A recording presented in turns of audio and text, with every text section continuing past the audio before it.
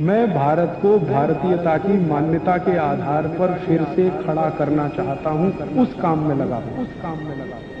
इसी तरह से हम शिक्षा व्यवस्था में बदलाव करना चाहते हैं। हमारी आज की जो शिक्षा व्यवस्था है ये पूरी की पूरी मैकॉले की बनाई हुई है। उसने पाठ्यक्रम बनाया, उसी ने सिलेबस तैयार किया, उसी ने शिक्षा व्यवस्था का माध्यम तय किया। हम अंग्रेजी माध्यम में अंग्रेजों की शिक्षा लेते हैं। दुष्परिणाम क्या है कि जिंदगी भर पढ़ाई करने के बाद हम अपने आप से पूछते हैं कि जो हमने पढ़ा उसमें क्या क्या हमारे काम का है। मैं अपने आप से पूछता हूं तो मुझे समझ में आता है कि जितना मैंने पढ़ा उसका 99% बेकार है, काम ही नहीं आता। 1% काम आता है, और जब 1% काम आता है तो उसके लिए इतना पैसा खराब किया, इतना समय खराब किया, इतना दिमाग खराब किया मेरा।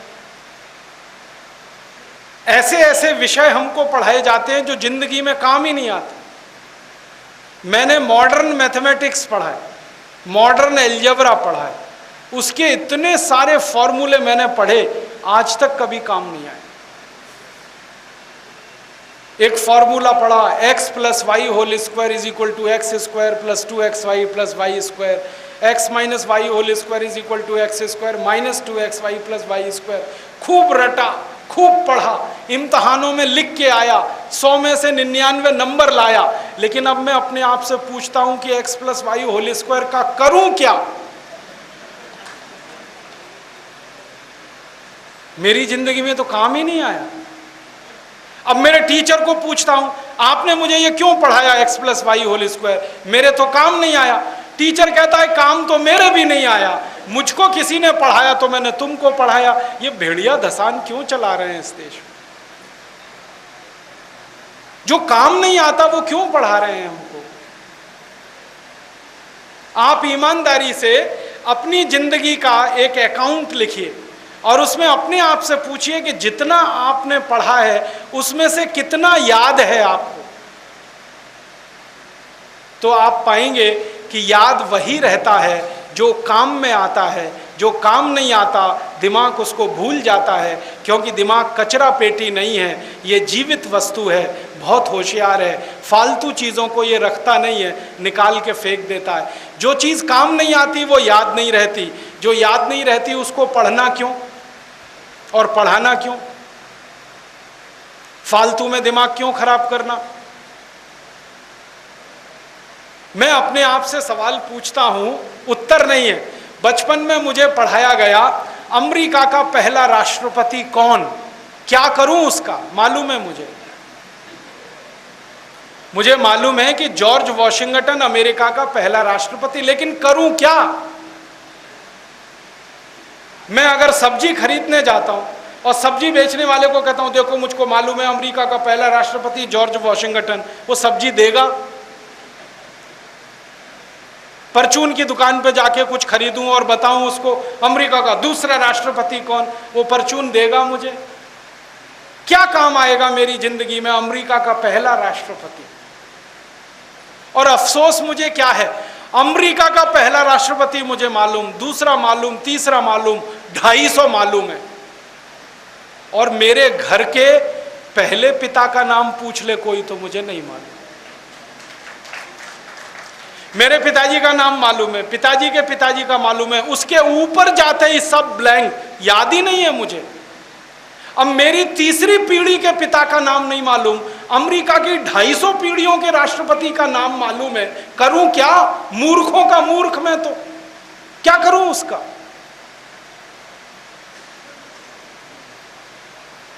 मुझे इतना क्रोध आता है अपने ऊपर। मैं बचपन में पढ़ता था, मुझे कनाडा की जलवायु पढ़ाई गई। कनाडा की जलवायु क्या है? ठीक है भाई, पढ़ लिया कि कनाडा बहुत ठंडा देश है, तापमान -40 डिग्री है, फिर ठंडी हवाएं हैं, बर्फीली हवाएं हैं, वगैरह वगैरह। अब क्या करूं उसका? पढ़ लिया मैंने, कनाडा बहुत ठंडा देश है। अब जब तक कनाडा में जाता नहीं या कनाडा मेरे घर में आता नहीं, तब तक उसका क्या करूं? और मेरे जैसे करोड़ों बच्चों को पढ़ा दिया कनाडा का जलवायु। अब मुझे कनाडा का जलवायु मालूम है, लेकिन भोपाल का जलवायु नहीं मालूम। मुझे मैक्सिको का जलवायु मालूम है, लेकिन शिवपुरी का नहीं मालूम। मुझे ब्राजील का जलवायु मालूम है, लेकिन मेरे जन्म जिले का अलीगढ़ का जलवायु नहीं मालूम। काम तो अलीगढ़, भोपाल और शिवपुरी का जलवायु आने वाला है, और हम पढ़ रहे हैं Brazil, Mexico, Chile, Costa Rica, Colombia. करेंगे क्या उसका? मैं सीधी सी बात ये कहना चाहता हूं, इंटरनेशनल नॉलेज किसी काम की नहीं है जब तक लोकल नॉलेज आपको नहीं है। हमेशा लोकल नॉलेज काम में आती है, इंटरनेशनल नॉलेज किसी काम की नहीं होती। तो काय को फालतू में हमारा दिमाग खराब करते हैं ये स्कूल कॉलेज वाले, इंटरनेशनल बनाने में लगे रहते हैं। हम नेशनल तो हो नहीं पाए, इंटरनेशनल होने के लिए परेशान। ये फालतू शिक्षा व्यवस्था, इसको बदलना है, और इसमें जरूरत आधारित शिक्षा हमें लेनी। मैंने एक सिलेबस बनाया, आप हैरान हो जाएंगे। कक्षा 1 से कक्षा 12 तक के विद्यार्थियों को जितना 12 साल में हम सिखाते हैं, उतना 2 साल में मैं सिखा सकता हूं। पूरे सिलेबस को मैंने रीड्राफ्ट किया। क्या किया? फालतू चीजें निकाल दी सब, उसमें से कचरा पट्टी सब फेंक दिया निकाल के। जो काम का बचा वो 2 साल का है, तो 10 साल का समय बचा लिया मैंने बच्चों का। उसमें हम कुछ और सिखाएंगे उनको, कुछ कारीगरी सिखाएंगे, हाथ का काम सिखाएंगे, ताकि पढ़कर निकलने के बाद वो बेरोजगार दर बदर की ठोकर ना खाएं, कुछ ना कुछ जिंदगी चलाने का काम कर सकें। आप फिजिक्स के नहीं हैं तो भी समझ जाएंगे मेरी बात को। ये एक्सपेरिमेंट हम पढ़ते थे, करते थे, लेकिन इसके रिजल्ट नहीं आते थे। तो हमारे प्रोफेसर से हम झगड़ा करते थे कि रिजल्ट तो नहीं आते, तो वो कहते थे कि यार ये जो एक्सपेरिमेंट है ना, ये कभी सक्सेस नहीं हुआ। माइकलसन और मोरले नाम के 2 वैज्ञानिक थे फ्रांस के, जिंदगी भर एक्सपेरिमेंट किया, सफल नहीं हुए, हमेशा फेल होते रहे, तो रिजल्ट आएंगे कैसे? तो मैंने कहा पढ़ाते क्यों मुझको फिर ये? तो कैसी मूर्खता है इस देश में। हमको पढ़ाया जाता था failure of Michelson Morley experiment, माने माइकलसन मोरले एक्सपेरिमेंट की असफलताएं क्या हैं ये रटो और किताब में लिख के आ जाओ, 100 में से 90 नंबर ले आओ। हम मूर्खों के मूर्ख ऐसे टाइम पास करते रहे अपने पढ़ाई के दिनों में। हमारे यहाँ एक्सपेरिमेंट के नाम पे क्या होता था, सीनियर की नोटबुक ले लिया, टीप टाप के सब उसको लिख दिया और ले जाके पेश कर दिया, ये होता था। ऐसी मूर्खता की पढ़ाई क्या काम की है। और जानते हैं क्या होता है, इंजीनियरिंग पढ़ने वाले लड़के भी यही करते हैं इस देश में। जब वो पढ़ाई करके निकलते हैं तो कोई भी प्राइवेट सेक्टर की नौकरी में उनको पोस्ट पर नहीं लेता, जब तक कि 1.5 साल उनका अप्रेंटिसशिप नहीं कराते। और वही असली पढ़ाई होती है, 4.5 साल की तो बेकार है। वो 1.5 साल की पढ़ाई अगर काम की है तो सीधे ही पढ़ाओ ना उसको। ये 4 साल 6 महीने क्यों बर्बाद कर रहे हो? हमारे MBBS MD करने वाले डॉक्टर जो इंटर्नशिप में पढ़ते हैं वही असली पढ़ाई है, बाकी तो बेकार है। वही सीधे पढ़ा दो, फालतू समय क्यों खराब कर रहे हो उनका। तो हम शिक्षा व्यवस्था को बदलना चाहते हैं, जो फालतू सिलेबस है उसको हटाना चाहते हैं, और ये जो बोझा बच्चों के दिल दिमाग पर है इसे खत्म करना है। सबसे बड़ा बोझा है परीक्षा का। हमारे सारे बच्चे परीक्षा के लिए पढ़ते हैं, ज्ञान के लिए कोई नहीं पढ़ता। और परीक्षा होते ही सब भूल जाते हैं, वो किसी काम का नहीं होता। आज मैंने पेपर दिया, इम्तिहान दिया, कल मैं भूल जाऊंगा मैंने क्या लिखा। पढ़ाई परीक्षा के लिए नहीं, ज्ञान के लिए होनी चाहिए। परीक्षा को तो खत्म ही कर देना चाहिए, क्योंकि ज्ञान की परीक्षा कोई नहीं ले सकता किसी की, अध्यापक भी नहीं ले सकता, क्योंकि ज्ञान असीमित है, परीक्षा उसको सीमित कर देती है। हम चाहते हैं कि परीक्षा का तनाव ना हो, ज्ञान लिया जाए और ज्ञान दिया जाए, और उसकी चूंकि कोई सीमा नहीं है तो जिंदगी भर वो सिलसिला चलता ही रहे और आगे लोग बढ़ते ही रहे। और एक चीज़ हम चाहते हैं कि इस देश की पूरी शिक्षा मातृभाषा में हो, हिंदी में, मराठी में, तमिल में, तेलुगु में, कन्नड़ में, मलयालम में हम हमारी मातृभाषा में पढ़ाई करें, तभी हमारे बच्चे आगे निकलेंगे। अंग्रेजी में पढ़ाई करके हमारे बच्चे बहुत तकलीफ़ में हैं, उनके दिमाग पर बहुत तनाव है। ये मैं कह रहा हूँ क्योंकि मैंने ये भुगता है। हम अंग्रेजी में पढ़ नहीं सकते, अंग्रेजी में सोच नहीं सकते, अंग्रेजी में लिख नहीं सकते। जो भी करते हैं हम मातृभाषा में करते हैं, फिर अंग्रेजी में उसका भाषांतर करते हैं और उसमें 6 गुना ज़्यादा समय हमारा खर्च होता है। आदमी सोचता है मातृभाषा में, रोता है, गाता है मातृभाषा में, हंसता है, गुनगुनाता है मातृभाषा में, फिर उसको विदेशी भाषा में आप कह दो तो उसकी जिंदगी का सबसे बड़ा बोझा वही हो जाता है। आप अपने घर में करके देखना, किसी बच्चे को हिंदी में कुछ सिखाना, 1 घंटे में सीख लेगा। उसी चीज़ को अंग्रेजी में सिखा के देखना, 6 महीने लग जाएंगे, तो भी ढंग से नहीं सीख पाएगा। क्यों? विदेशी भाषा में सीखना बहुत मुश्किल होता है, मातृभाषा में सीखना बहुत आसान होता है, क्योंकि मातृभाषा आपके दिल और दिमाग उसके सबसे नज़दीक होती है, विदेशी भाषा बहुत दूर होती है। और हम हमारे बच्चों को मारते पीटते हैं अंग्रेजी सिखाने के लिए। मैंने कोई अंग्रेज नहीं देखा जो अपने बच्चे को मारता हो हिंदी सिखाने के लिए। जब उनको आपकी हिंदी की नहीं पड़ी तो आप उनकी अंग्रेजी की क्यों पढ़ाए हुए हैं? छोड़िए ना। आप कहेंगे जी अंग्रेजी अंतर्राष्ट्रीय भाषा है, बिल्कुल नहीं है। दुनिया में 200 देशों में मात्र 14 देशों में अंग्रेजी चलती है, बाकी कहीं अंग्रेजी नहीं। जर्मनी में जर्मन है, फ्रांस में फ्रेंच है, हॉलैंड में डच है, आप अगर रूस में चले जाओ तो रशियन है, जापान में जापानीज़ है, चीन में चाइनीज़ है। डेनमार्क जैसा छोटा सा देश है जो हमारे एक मोहल्ले के बराबर का है, वहाँ भी डेनिश चलती है, अंग्रेजी नहीं चलती। और छोटे से डेनमार्क देश में अंग्रेजी में कोई कुछ पढ़ता नहीं, पढ़ाता नहीं। डेनिश में इंजीनियरिंग होता है, डेनिश में मेडिकल की पढ़ाई, डेनिश में चार्टर्ड अकाउंटेंसी की पढ़ाई।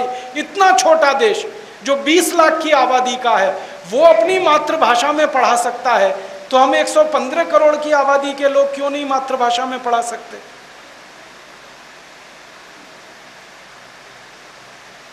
कोई लोग कहते हैं अंग्रेजी में क्वालिटी बहुत है, और मैंने अंग्रेजी पढ़कर ये पाया कि दुनिया की सबसे रद्दी भाषा यही है।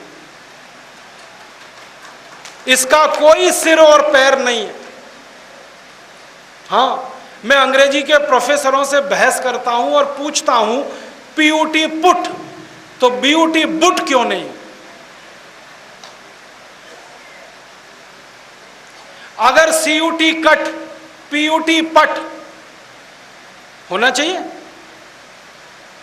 बीयूटी बट, सीयूटी कट तो पीयूटी पट होना चाहिए कि नहीं? और पीयूटी पुट तो बीयूटी बुट, सीयूटी कुट होना चाहिए।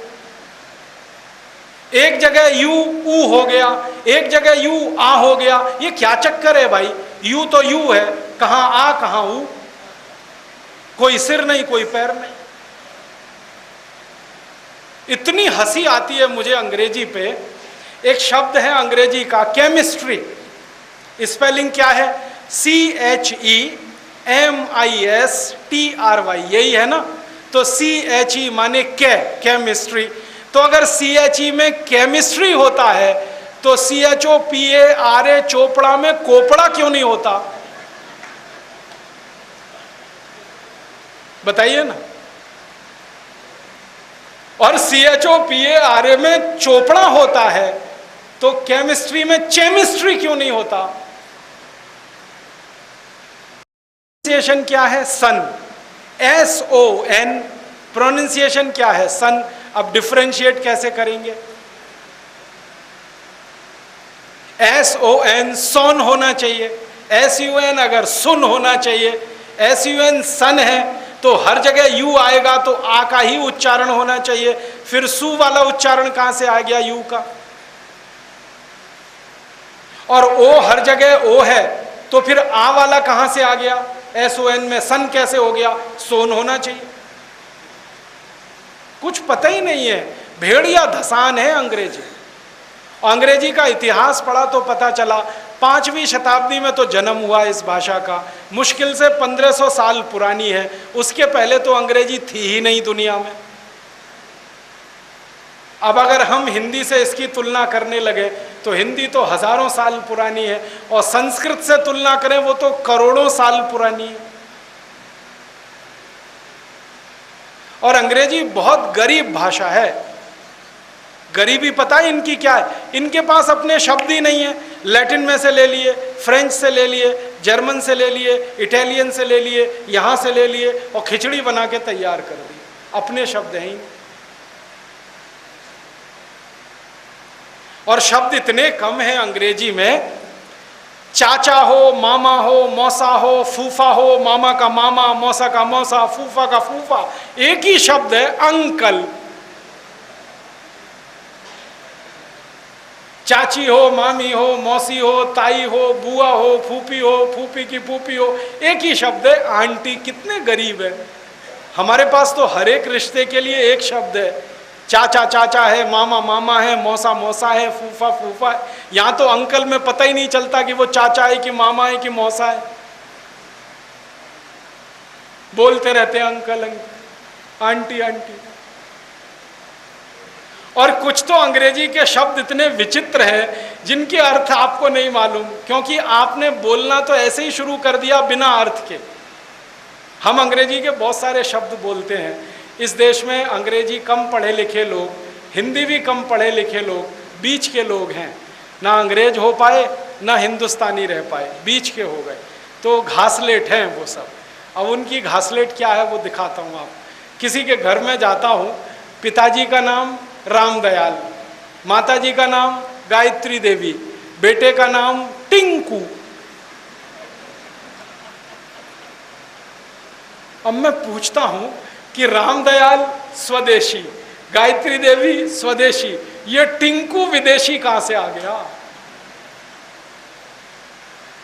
और नाम रख लिया बेटे का टिंकू। फिर पूछता हूं अर्थ मालूम है टिंकू का? मालूम ही नहीं। क्यों रख लिया नाम? रख लिया ऐसे। टिंकू का अर्थ है वेबस्टर डिक्शनरी में आवारा लड़का, वो टिंकू है। और यहां हमने क्या किया? अच्छा खासा अपना आज्ञाकारी बेटा, उसको टिंकू टिंकू बोल बोल के आवारा बना देंगे। ऐसे ही नाम रख लेते हैं घर में बेटियों के, डिम्पल, ट्विंकल, लवली, डबली, बबली, डबलू, बबलू। क्या मतलब पता ही नहीं। चल रहा है भेड़िया दशा। मेरा कहना है ये अंग्रेजी में से बाहर आई है, इसमें कुछ रखा नहीं है। आप बोलेंगे जी अंग्रेजी नहीं सीखेंगे, दुनिया में व्यापार कैसे होगा? जापान वाले कैसे व्यापार कर रहे हैं पूरी दुनिया में जापानीज सीखकर, चीनी लोग कैसे व्यापार कर रहे हैं चाइनीज सीखकर, रशियन लोग कैसे व्यापार कर रहे हैं रशियन सीखकर, फ्रेंच लोग कैसे काम कर रहे हैं, वो सब कर सकते हैं मातृभाषाओं को सीख के, तो हम भी कर सकते हैं। तो फिर आप बोलेंगे अंग्रेजी की कुछ ज़रूरत है क्या? नहीं है। अंग्रेजी की ज़रूरत फिर थोड़े से हिंदुस्तानियों को पड़ेगी जो इंग्लैंड जाएंगे।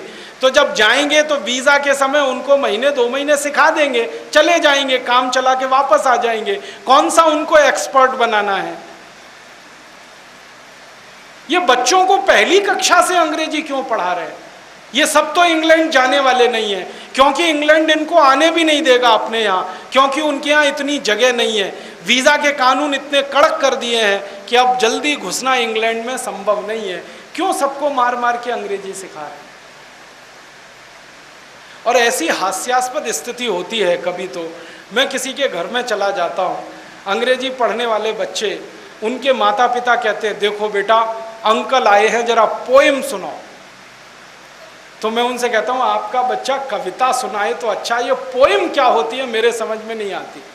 कविता तो मैं समझता हूँ। फिर भी वो बच्चा चालू हो जाता है, टेप रिकॉर्डर ऑन हो गया उसका बच्चे का, क्योंकि रटी हुई कविता है, समझी तो है नहीं, समझ सकता नहीं क्योंकि विदेशी भाषा में रट ली। अब कविता सुनाता है poem, rain rain go away come again another day little baby wants to play. अब मैं बच्चे से पूछता हूँ तुमको अर्थ मालूम है इसका? नहीं मालूम। किसने सिखाया? मम्मा ने सिखाया। मम्मा को पूछो अर्थ मालूम है, नहीं मालूम। किसने सिखाया? टीचर ने सिखाया। टीचर को पूछो अर्थ मालूम है, नहीं मालूम। उसकी टीचर ने सिखाया। ये चल रहा है भेड़िया धसा। फिर उस बच्चे को मैं उसका अर्थ समझाता हूँ। मैं उसको कहता हूँ इसका अर्थ है बारिश बारिश तुम चली जाओ, रेन रेन गो अवे, बारिश तुम चली जाओ, यहाँ मत आओ, मुझे खेलना है। अब बच्चा ये कविता गा रहा है बारिश बारिश चली जाओ, और करोड़ों बच्चे ये कविता गा रहे हैं बारिश बारिश चली जाओ। भगवान ने ये कविता सुन ली तो